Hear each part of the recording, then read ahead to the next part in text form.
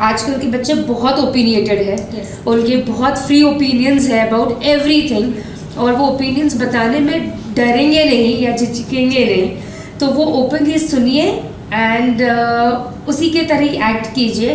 ये should be the master की। हमारे बचपन में अगर ऐसी स्कूल होती तो हम और भी बहुत कुछ कर पाते, या हम और बहुत अलग तरीके से शायद डेवलप होते।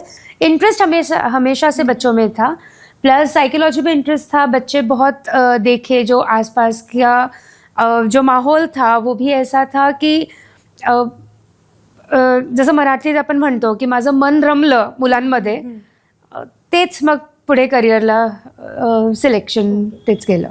सारे बच्चे सेम एज के हैं, मतलब मेरा जो यंगेस्ट स्टूडेंट है वो 9 महीने का था, तो उस बच्चे को 9 महीने से 1.5 साल 2 साल तक वो बच्चा लाइट हाउस में था।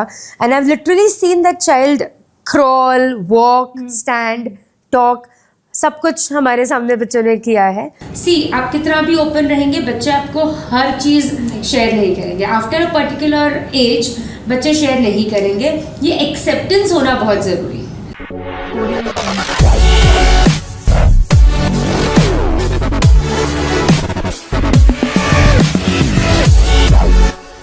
नमस्कार मंडळी, मी चंचल संगीता सुनील, तुमची आजची होस्ट, आणि आपण ऐकत आहात आपला फेवरेट टॉक शो मल्हार प्रस्तुत हॉबी डोबीडू, अर्थात एक तरी छंद जोपासावा। आजचा आपला विषय आहे छंदातून शिक्षण। म्हणजे आपला विषय आज एकदमच खास आहे। छंद म्हणजे आजकाल आपल्याला थोडा असं विरंगुळा वाटतो, किंवा आपल्याला असं वाटतं आपण प्रोफेशनकडे छंदाला टर्न करू शकत नाही, पण छंद माणसाला जगण्याची कला शिकवतं। छंद माणसाला धैर्य, आत्मविश्वास आणि जगण्याचे कौशल्य, लाईफ स्किल शिकवतो। आजच्या आपल्या गेस्ट आहेत, त्यांनी अक्षरशः छंदातून माणूस कसा घडू शकतो, माणूस त्यातून आपले जीवन कौशल्य कसे विकसित करू शकतो, यावर त्यांनी फक्त एक काम नाही तर एक शाळा सुरू केली आहे, जिचं नाव आहे लाईट हाऊस किंडरगार्टन। तर आपल्या आजच्या गेस्ट आहेत सौ श्वेता सोनार मॅडम। मी त्यांचं हे आपल्या टॉक शो मध्ये हार्दिक हार्दिक स्वागत करते। थँक्यू। त्यांनी जी ही संकल्पना सुरू केली आहे ही आपल्या जळगावमध्ये मला वाटतं पहिल्यांदाच सुरू झालेली, कारण आजपर्यंत अशी शाळा सुरू नव्हती। त्यांनी त्यांची व्यक्तिगत छंद जोपासत त्या छंदांमधून त्यांच्या प्रोफेशनकडे टर्न घेत आजूबाजूची जी पिढी आहे तिला कसं आपण घडवू शकतो यावर त्यांनी जे काम सुरू केलंय हे अर्थात कौतुकास्पदच आहे। तर आजच्या आपल्या एपिसोडमध्ये आपण छंदातून शिक्षण याबद्दल त्यांच्याकडून जाणून घेणार आहोत। तो हमारे आज के जो गेस्ट है वो मराठी से ज़्यादा हिंदी में कंफर्टेबल है, सो हम उनसे हिंदी में बात करेंगे तो वो हमसे ज़्यादा अच्छे से बातचीत कर सके। तो मैं उनसे पूछना चाहती हूँ कि मैम आपकी जो हॉबीज़ थी बचपन से, तो आपने वो कैसे ग्रो की, या कैसे आपने सोचा कि आप इसमें भी अपना करियर या प्रोफेशन ढूंढ सकते? बचपन से क्रिएटिव फील्ड में ज़्यादा इंक्लिनेशन हमेशा रहा है, B it music, singing, dancing, creative writing, ये हमेशा से शौक़ रहे हैं। और इन सब चीज़ों का अब मेरे प्रोफेशन में भी मुझे बहुत फ़ायदा होता है, बिकॉज मैं छोटे बच्चों के साथ डील कर रही हूँ, so it helps a lot. जब हम म्यूज़िकली कोई चीज़ बच्चों को अगर सिखाए, या क्रिएटिव राइटिंग ने मुझे हेल्प किया है जहाँ पर मैं उनके लिए नई पोएम्स या नए स्टोरीज़ हम बना सकते हैं, सो उसने बहुत हेल्प किया है। एंड जहाँ तक हॉबी को प्रोफेशन में बदलने की बात है, तो साइकोलॉजी में हमेशा से इंटरेस्ट रहा है, इसीलिए जो पढ़ाई की तो ह्यूमन डेवलपमेंट में मेजर्स किया है from Nirmala Niketan Mumbai. And वो मेजर्स ह्यूमन डेवलपमेंट में ही चाइल्ड डेवलपमेंट एक सब्जेक्ट था, जिसमें ई के थ्रू मैंने लाइट हाउस जो स्कूल स्टार्ट किया था, which was light house kids club. हमने बहुत छोटे किड्स क्लब से स्टार्ट किया था, जो कि इवनिंग एक्टिविटी सेंटर था, और धीरे धीरे after 13 years now we have come to the dream school light house kindergarten. Okay, actually human development मतलब वहाँ पे हमें बहुत सारे क्राइटेरियाज या सेक्शंस मिलते हैं कि इसमें भी डेवलपमेंट हो सकते हैं, but why you choose the specifically child development? ऐसा आपने क्या सोचा कि इस चीज़ पे हमें काम करना चाहिए? बच्चों के साथ काम करने में इंटरेस्ट हमेशा से था। बचपन से आसपास बहुत छोटे भाई बहन बच्चे बहुत थे, सभी के साथ खेलते हुए, उनको कभी स्टोरीज, कभी सॉन्ग्स, अलग अलग एक्टिविटीज़ करते हुए इंटरेस्ट हमेशा से बच्चों में था। प्लस साइकोलॉजी में इंटरेस्ट था। बच्चे बहुत देखे, जो आसपास का जो माहौल था वो भी ऐसा था कि जसं मराठीत आपण म्हणतो की माझं मन रमलं मुलांमध्ये, तेच मग पुढे करिअरला सिलेक्शन तेच केलं. आपको ऐसा लगता था कि कहीं ना कहीं बच्चे किसी बोझ के तले दबे जा रहे हैं, आज के जो हमारी परिस्थिति चल रही है या एजुकेशन में हो या जनरली भी, तो हाँ. आपको ऐसा लगता है कि जो आपने ये जो कदम उठाया वो उस पर कैसा असर करेगा, जो आपने किंडरगार्टन के थ्रू कदम जी. उठाया है कि एक्स्ट्रा करिकुलर में से उनको बचपन से शायद आप ग्रो कर रहे हो जी. कि आगे जाके तो वो मैच्योर हो जाते हैं उनमें, जी. तो आपको क्या लगता है कि ये कैसे इफेक्ट करेगा बच्चों पे? इफेक्ट तो डेफिनेटली करेगा. आजकल वर्क प्रेशर जो हम बोलते हैं वो इतना ज़्यादा है. पढ़ाई का प्रेशर तो बच्चों पे है ही, बट उसके अलावा वर्क प्रेशर भी बच्चों पे बहुत है. हम हॉबीज़ अगर कोई इनकलकेट करते हैं तो वही हॉबीज़ हमें उस प्रेशर से दूर करने में हेल्प करते हैं. फॉर एग्जांपल, जैसे मुझे म्यूज़िक का शौक है, जब कभी मुझे लगता है आई एम वेरी स्ट्रेस्ड, मैं म्यूज़िक चला देती हूँ, I will dance, I will sing and I am stress free. So इस तरीके से बच्चों को भी जब अपने be it swimming, be it sports, be it art and craft, be it singing, dancing, जो भी हॉबीज़ है, writing is a hobby. School में हम देखते हैं बच्चे इतने क्रिएटिव है, बच्चा इतने अच्छे से लेकिन स्टोरीज बनाते हैं अलग अलग. तो हॉबीज़ अगर बच्चे आगे चलकर भी उनको बच्चे अगर हॉबीज़ को भी जैसे हम बोलते हैं संग्रह करते हैं या हॉबीज़ में इंकलकेट करते हैं खुद को, या अपने लाइफ में हॉबीज़ को इंकलकेट करते हैं, तो वो डेफिनेटली बच्चों को बहुत हेल्प करेगा. आपने जो लाइट हाउस किंडरगार्टन स्कूल शुरू किया है, उसके पीछे का आपका एम क्या था या फिर किस चीज़ को ध्यान में रखते हुए आपने कदम उठाया? 13 साल पहले जब लाइट हाउस शुरू किया था तो वो किया था मेरी डॉटर के लिए. नई नई स्टूडेंट सीख कर आई थी मुंबई से और बहुत सारे फ्रेश आइडियाज़ थे दिमाग में जो हम कर सकते थे बच्चों के साथ. और डॉटर मेरी जस्ट हुई थी 2009 2012 आई स्टार्टेड. उस टाइम जलगांव में ऐसा कुछ नहीं था जो मैं उसके साथ कर सकूं या उसको करवा सकूं. तो बेसिक मोटो तो वही था कि मुझे मेरी बेटी के लिए स्टार्ट करना है, और अब बहुत से बेटे और बेटियां उस चीज़ का सभी को फ़ायदा हो रहा है. जैसा हमारे लाइट हाउस के ब्रोशर पे लिखा है कि this is the dream school for the every child, then what do you think about, why do you think कि ये ड्रीम स्कूल है for the every child? Before every child this is a dream school for me definitely. I am sure हमारे बचपन में अगर ऐसी school होती तो हम और भी बहुत कुछ कर पाते या हम और बहुत अलग तरीके से शायद डेवलप होते. आजकल की लाइफ में सिर्फ एकेडमिक्स पे फोकस करना is not enough any more. Holistic development बच्चों का होना बहुत ज़रूरी है. ओवरऑल डेवलपमेंट जो हम बोलते हैं, एक्स्ट्रा करिकुलर एक्टिविटीज़ भी उतनी ही ज़रूरी है जितनी कि करिकुलर एक्टिविटीज़ या एकेडमिक्स है.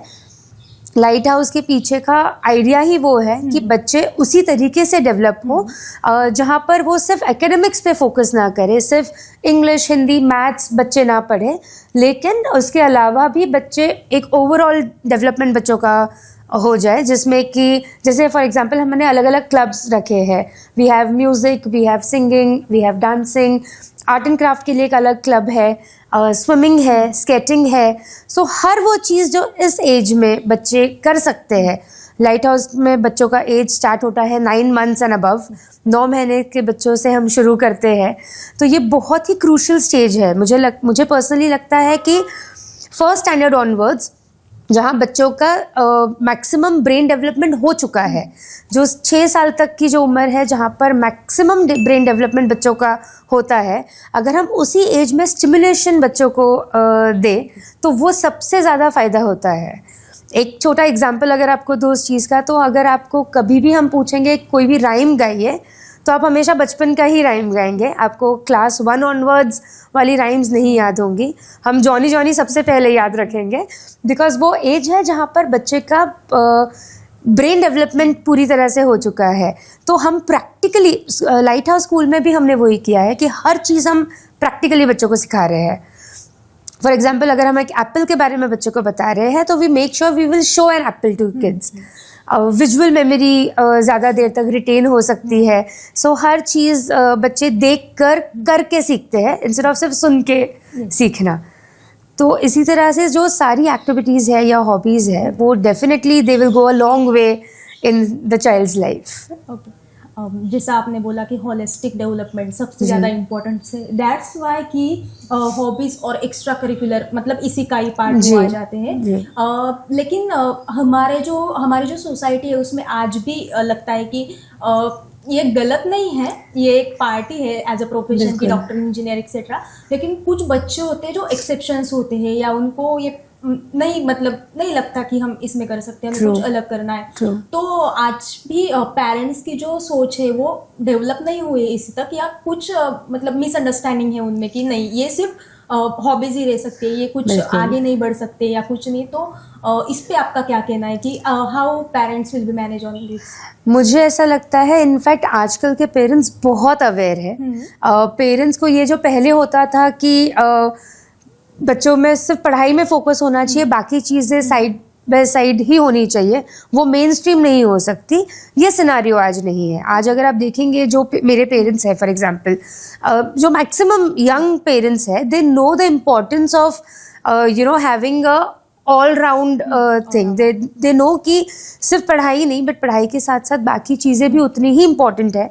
क्योंकि करियर ऑप्शंस पहले थे जहाँ पे सिर्फ इंजीनियरिंग, डॉक्टरेट और गिने चुने 5-6 प्रोफेशंस थे जो माने जाते थे कि इसी में बच्चे को आना चाहिए। Dancing was never a profession for example, but आज हम देखते हैं विथ यूट्यूब जो इतने यंग यूट्यूबर्स है, या इतने हर फील्ड में आप देखेंगे ग्रोथ हुई है।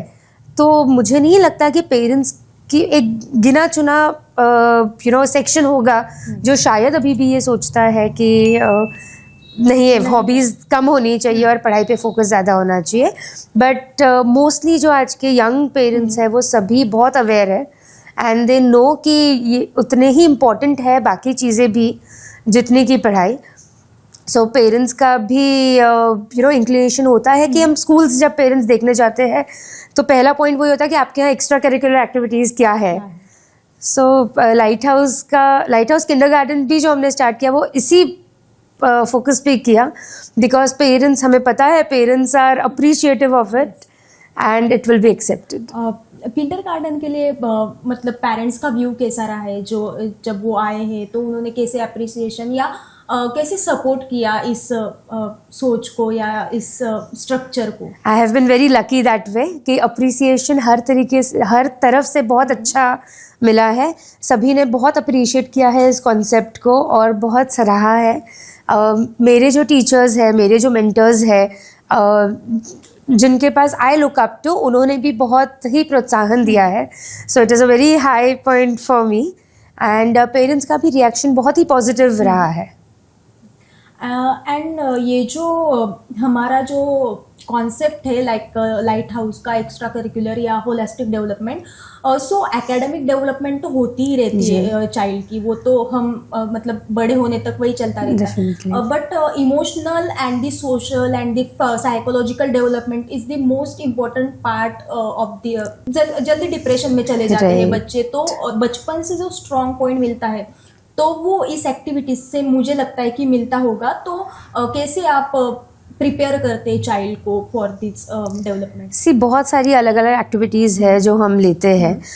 जैसे हमारा एक फिक्स मंत्र है कि हम लाइट हाउस में कभी कोई कंपटीशन नहीं लेते हैं, बिकॉज आई फील इस एज में बच्चों को सिर्फ ट्राई करना चाहिए, उन पे वो डिप्रेशन नहीं होना चाहिए कि मैंने ट्राई तो बेस्ट किया लेकिन मैं जीता नहीं या मैं जीती नहीं। वो जो फीलिंग है वो नहीं आनी चाहिए from this young age. And to be very frank, मुझे लगता है कंपटीशन जो ये वर्ड है ये पेरेंट्स के लिए ज़्यादा होता है, बच्चों के लिए कम होता है। पेरेंट्स में कंपटीशन ज़्यादा होती है, बच्चे नहीं समझ पाते कि व्हाट इज़ फर्स्ट सेकंड। हम जैसे उन्हें ट्रीट करते हैं वैसे उनको फील होता है। So and coming back to your question कि इस चीज़ को हम लाइट हाउस में कैसे बढ़ावा देते हैं इन सब चीज़ों को, तो जैसे मैंने बताया देयर इज़ नो कंपटीशन, हर बच्चा इक्वल है। हम हर बच्चे को इक्वल अपॉर्चुनिटी देते हैं जहाँ पर वो अपनी हॉबीज़ या अपनी लाइकिंग के हिसाब से काम कर सके। कुछ बच्चे हैं जिन्हें सिंगिंग नहीं पसंद, हाँ उन्हें डांस में ज़्यादा इंटरेस्ट है, तो हम सिंगिंग डेफिनेटली करवाएंगे, बट हम फोर्स नहीं करेंगे। बच्चों को डांस अगर ज़्यादा अच्छा लगता है they can be happy dancing. Similarly बच्चों को अगर आर्ट एंड क्राफ्ट में बहुत इंटरेस्ट है, they can be happy doing drawing sheets, drawing and art and craft. तो वो ये नहीं है अभी कि हम सिर्फ एक ही चीज़ पर टिके हैं, और पेरेंट्स भी वो नहीं चाहते, टू बी वेरी फ्रैंक। कि ऐसा वो दबाव कि नहीं मैथ्स की क्लास है तो Right. क्लास ही अटेंड करनी, तो ऐसा कुछ स्ट्रक्चर नहीं है वहाँ पे। नहीं। तो उनको कुछ लगा कि हमें ये करना है तो नहीं, सी एक फिक्स स्ट्रक्चर तो डेफिनेटली है, बिकॉज एक वो डिसिप्लिन होना बहुत ज़रूरी है। लेकिन मुझे ऐसा लगता है कि हम इस एज में जितना एक्सपोजर बच्चों को दे पाएंगे, हम जितना एक्सपोज बच्चों को कर पाएंगे टू डिफरेंट एक्टिविटीज़, उतना हमने देना चाहिए, बिकॉज फिर उनके पास फ्री विल है टू थिंक कि ये सब में से मुझे क्या पसंद है, और इन सब चीज़ एक्टिविटीज़ में से मुझे किस में जाना है या मुझे क्या करना है। तो वो फ्री हैंड बच्चों को हमें डेफिनेटली देना चाहिए। न्यू एजुकेशन पॉलिसी के तहत भी अभी जो होलिस्टिक डेवलपमेंट जी। या एक्स्ट्रा करिकुलर है वो अभी आया है। Right. तो वो तो मतलब है ही सिलेबस में हाँ। ही है। तो बाकी जो स्कूल्स है जो अभी जलगांव या बाहर भी ऐसा स्ट्रक्चर नहीं है, तो आप वो कैसे इंस्पायर हो सकते हैं स्कूल से, या हो रहे हैं या नहीं, आप क्या बताएं? सी बहुत सारे स्कूल्स में चेंजेस तो काफ़ी आ रहे हैं, लाइक मोस्टली अभी सारे स्कूल्स में एक्टिविटी बेस्ड लर्निंग हो गया है। हम सिर्फ एक कदम आगे गए हैं उसमें कि हमने कंप्लीट पढ़ाई को भी एक्टिविटी में डाल दिया है, और सारी एक्टिविटीज़ अंडर वन रूफ, ये कॉन्सेप्ट हम लेकर आए हैं। और मोस्टली सारी स्कूल्स अभी कर रही है, and I feel in the coming years light house की हम और ब्रांचेस देखेंगे हर जगह, जहाँ ये कॉन्सेप्ट हम हर जगह फ्लरिश होता देखेंगे। मैंने ये भी देखा था कि आई थिंक मदर और चाइल्ड का भी कुछ जी। आपने क्लब जी। या कुछ एक्टिविटी ओपन की है, तो वो क्या है डिटेल में, कि क्या और क्यों जरूरत है इस एक्टिविटी की, कि क्या क्यों आपने ओपन किया? तो ये शुरू तो किया था 10 साल पहले, 12 साल पहले इनफैक्ट, जो हम मम्स एंड बब्स क्लब हम इसे बोलते थे, जहाँ पर 9 महीने से 2 साल तक के बच्चे अपनी मम्मीज के साथ आते हैं हफ्ते में 2 बार, और उनके साथ हम एक्टिविटी लेते हैं। It is a mother and child activity जो हम लेते हैं, एंड ये इसीलिए ज़्यादा ज़रूरी है because specially in today's world mummy's भी मोबाइल बिना नहीं होती है, घर के काम है, रिस्पॉन्सिबिलिटीज़ है, बहुत चीज़ें हैं। आप अनडिवाइडेड अटेंशन अपने बच्चे को पूरा 1.5 या 2 घंटा जो वो ड्यूरेशन है नहीं दे सकते हैं। कभी कुछ काम है, कभी कुछ है, सो अनडिवाइडेड अटेंशन जो हम बोलते हैं कि बच्चों के साथ बैठ के हम जेन्युइनली उनके साथ खेले या काम करें। प्लस अगर टाइम है भी तो बहुत मम्मीज़ को ये नहीं पता होता है कि हम एग्जैक्टली करें क्या। हाँ। ये जो क्लब है ये हेल्प करता है क्योंकि सारे बच्चे सेम एज के हैं। मतलब मेरा जो यंगेस्ट स्टूडेंट है वो 9 महीने का था, तो उस बच्चे को 9 महीने से 1.5 साल 2 साल तक वो बच्चा लाइट हाउस में था, and I have literally seen that child crawl, walk, stand, talk, सब कुछ हमारे सामने बच्चों ने किया है। जब सेम एज के बच्चे होते हैं, सेम एज ग्रुप होता है, तो बच्चे जल्दी सीखते हैं। सोशल डेवलपमेंट बच्चों का इस एज में शुरू हो जाता है। सेकेंडली, हर मम्मी को कुछ डिफ़िकल्टीज होती है वाइल रेजिंग चिल्ड्रन। ये जो ग्रुप हमने फॉर्म किया है, यहाँ पर सेम एज की मम्मीज़ मिलती है विथ सिमिलर प्रॉब्लम्स, तो they have a open space for discussion. किसी को गाइडेंस मिलता है किसी के through, because everybody is teaching something, everybody is learning something. So इसीलिए ये ग्रुप मम्स एंड बम्स जो क्लब है ये बहुत ही सक्सेसफुल रहा है, एंड आई विश कि ये आगे भी ऐसे ही चलता रहे।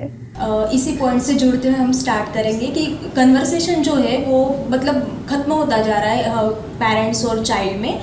तो इसकी वजह से बहुत सी दिक्कतें भी आ रही कि पेरेंट्स बोलते कि वो हमारे सुनते नहीं और चाइल्ड बोलते कि वो हमारे सुनते नहीं या समझते नहीं है। तो आई थिंक कि दिस इज़ दी कमी ऑफ द कन्वर्सेशन। सो आप पेरेंट्स को और चिल्ड्रन को भी क्या कहना चाहिए, क्योंकि आप उस पर ही काम कर रही है, क्योंकि बचपन से आप जो ग्रिप दे रही है बच्चों को, वो आई थिंक इस पर ही ज़्यादा फोकस करेंगे कि वो ज़्यादा कंफर्टेबल हो हमारे बच्चों के साथ। तो आप क्या कहना चाहेंगे उनको कि वो कैसे बैलेंस करें?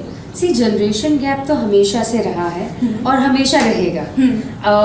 तो ओनली डिफरेंसेस जो हम ला सकते हैं कि पेरेंट्स पहले बिल्कुल फ्रेंडली नहीं होते थे। लाइक हमारे मॉम डैड हमसे कभी फ्रेंडली नहीं हुए, दे वर ऑलवेज पेरेंट्स।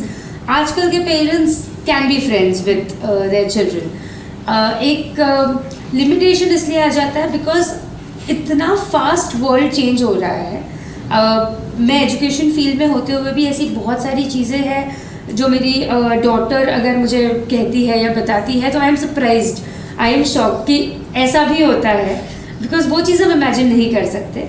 पेरेंट्स सिर्फ मैं यही कहूँगी कि ओपन माइंड रखिए, बच्चों के साथ फ्रैंकली बात करना शुरू कीजिए। आजकल के बच्चे आपसे बात करने में हिचकिचाएंगे नहीं, शर्माएंगे नहीं। पहले बहुत सारे टॉपिक्स ऐसे होते थे जो हम हमारे पापा के सामने आज भी नहीं बोल पाते, आज वो नहीं रहा है। So you talk about everything with your child बिना कोई हिचक और बिना कोई झिझक के।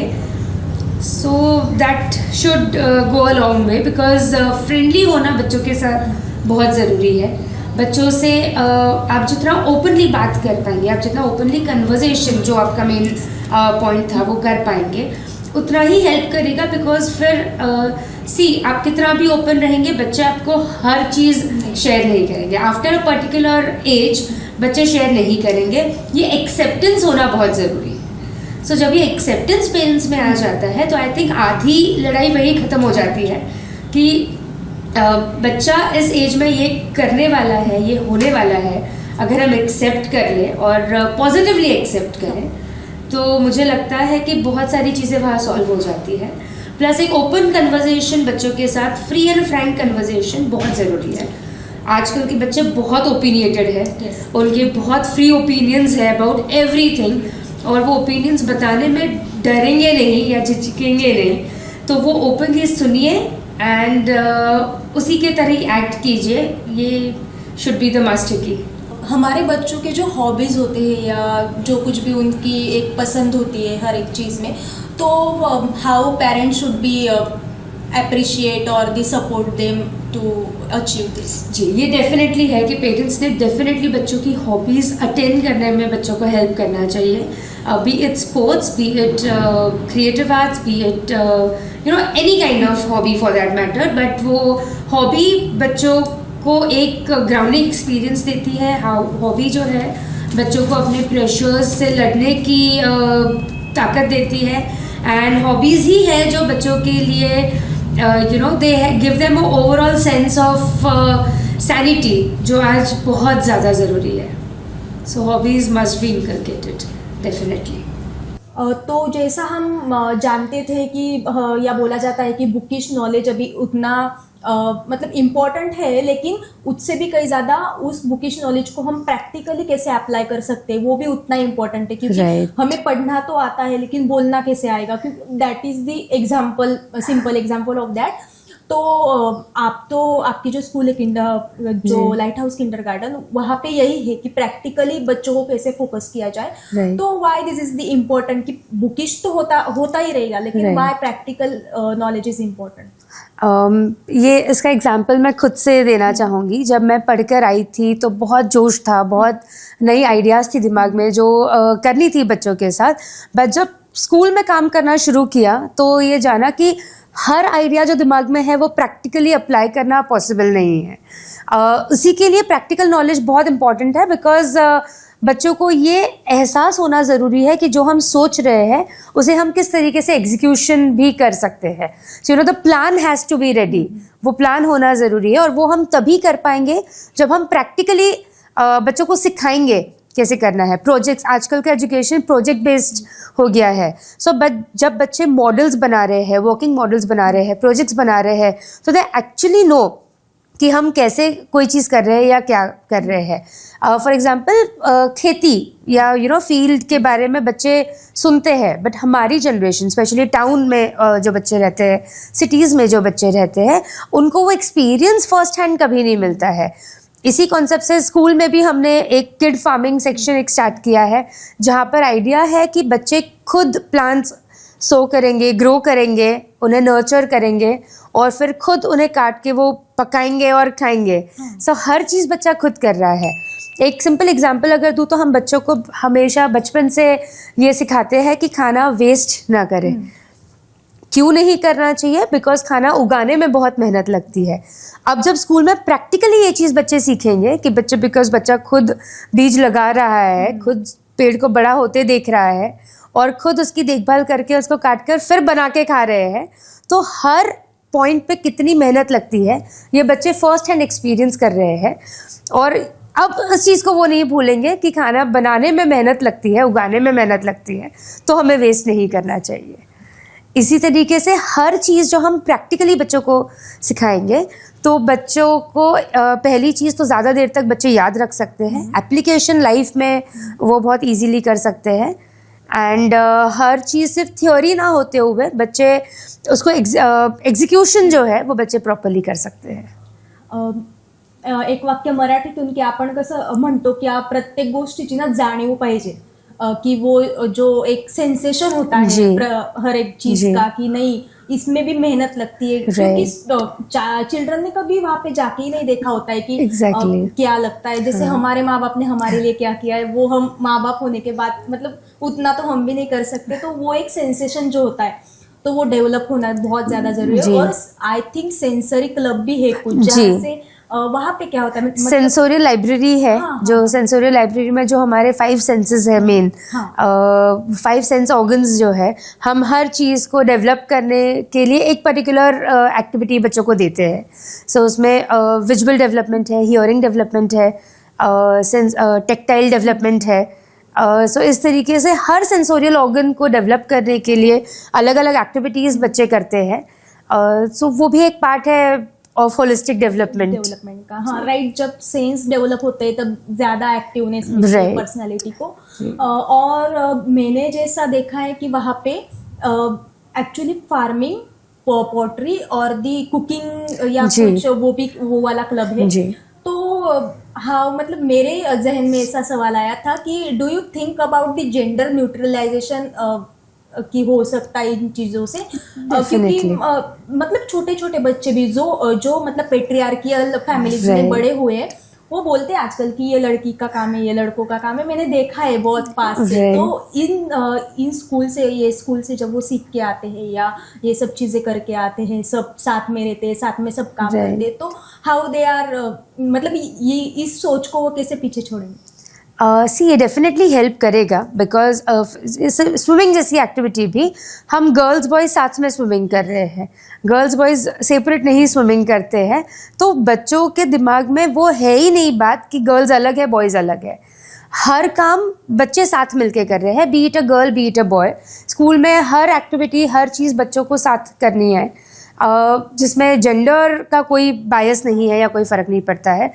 Plus coming back to our show, जहाँ हम हॉबी की बात कर रहे हैं, जो हम अलग अलग एक्टिविटीज़ दे रहे हैं, B it swimming, be it gardening, cooking, तो ये भी हॉबीज़ हो सकती है बच्चों की जो आगे चल के डेवलप हो जाए।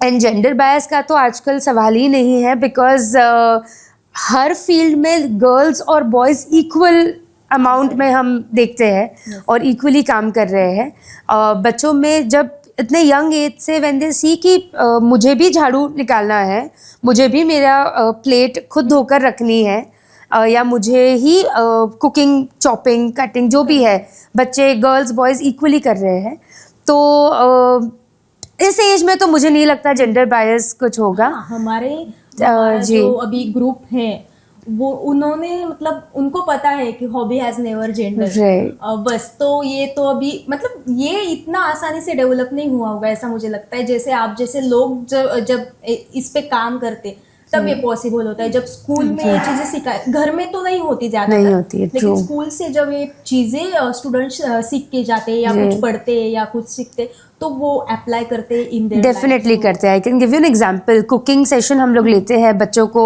लेमनेड, सैंडविचेस हमने बनाना सिखाया है। Got so many mothers coming to me and telling me कि मैम मेरा बच्चा आज घर आया, he is a boy, the child is a boy, और वो घर आया और उसने इतना अच्छा सैंडविच बना के मुझे खिलाया। और उस चीज़ को जब अप्रिशिएशन मिलता है ना पेरेंट्स के तरीके से भी, तो वो लड़का कभी ये नहीं सोचेगा कि मैं लड़का हूँ मुझे नहीं करना है। वो ये सोचेगा वाओ मेरी मम्मी बहुत खुश हो रही है बिकॉज मैं सैंडविच बना के खिला रहा हूँ, so let me try something else. तो वहीं पर आई थिंक ये जेंडर बायस और ये चीज़ ख़त्म हो जाती है। प्लस हॉबीज़ में भी जो जेंडर्स है कि कुकिंग की हॉबी सिर्फ गर्ल्स की हो सकती है, बॉयज़ की नहीं हो सकती है, या गार्डनिंग की हॉबी सिर्फ गर्ल्स की हो सकती है, बॉयज़ की नहीं हो सकती, ये वहीं पे न्यूट्रलाइज हो जाता है।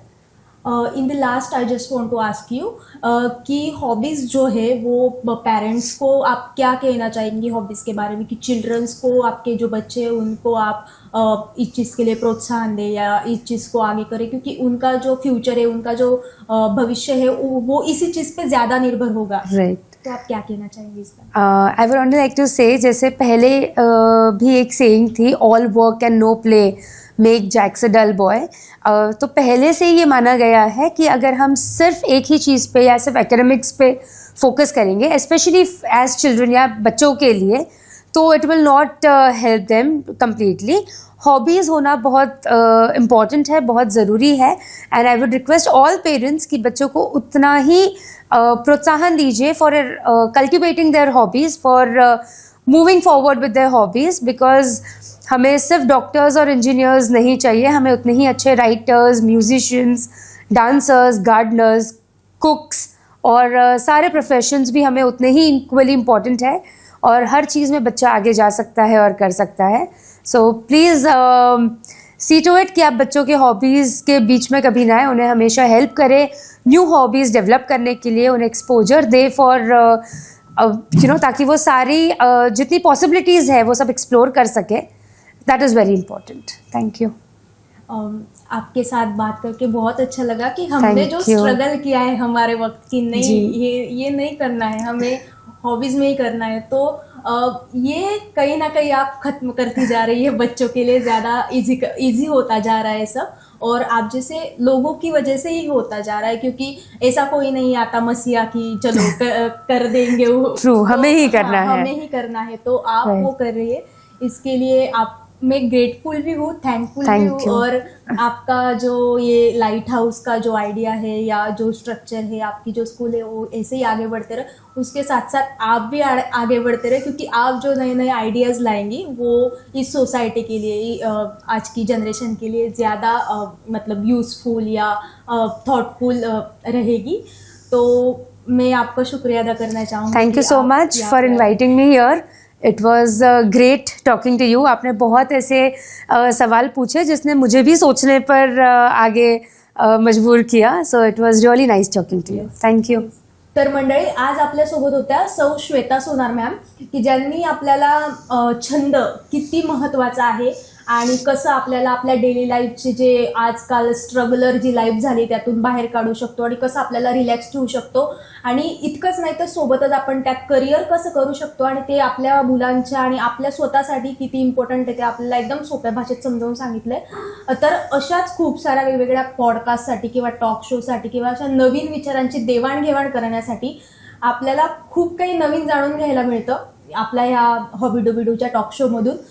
सो असे नवनवीन पॉडकास्ट पाहण्यासाठी किंवा टॉक शो ऐकण्यासाठी तुम्ही लाईक, शेअर आणि सबस्क्राईब करा आमच्या या यूट्यूब चॅनलला, आणि भेटत राहू.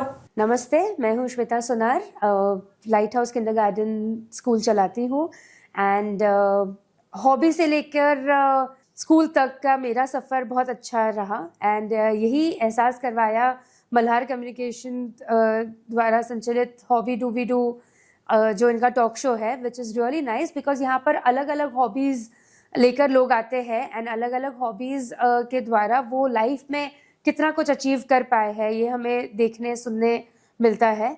सो बहुत एक अच्छा एक्सपीरियंस होता है देखना. कुछ गिने चुने हॉबीज़ ना लेकर बहुत वेरीड अलग क्या हॉबीज़ हो सकती है वो भी हमें ये देखकर, टॉक शो देखकर सुनने मिलता है एंड समझने मिलता है. So it is a wonderful concept जहाँ पर हर क्षेत्र से लोग आकर और अपनी एक्सपर्टीज़ शेयर करते हैं. Keep it up. All the best for the future. Thank you. And viewers, please like, share and subscribe the channel, ताकि ये और नए नए गेस्ट को बुलाकर आपको और हमें एनलाइटन करते रहे.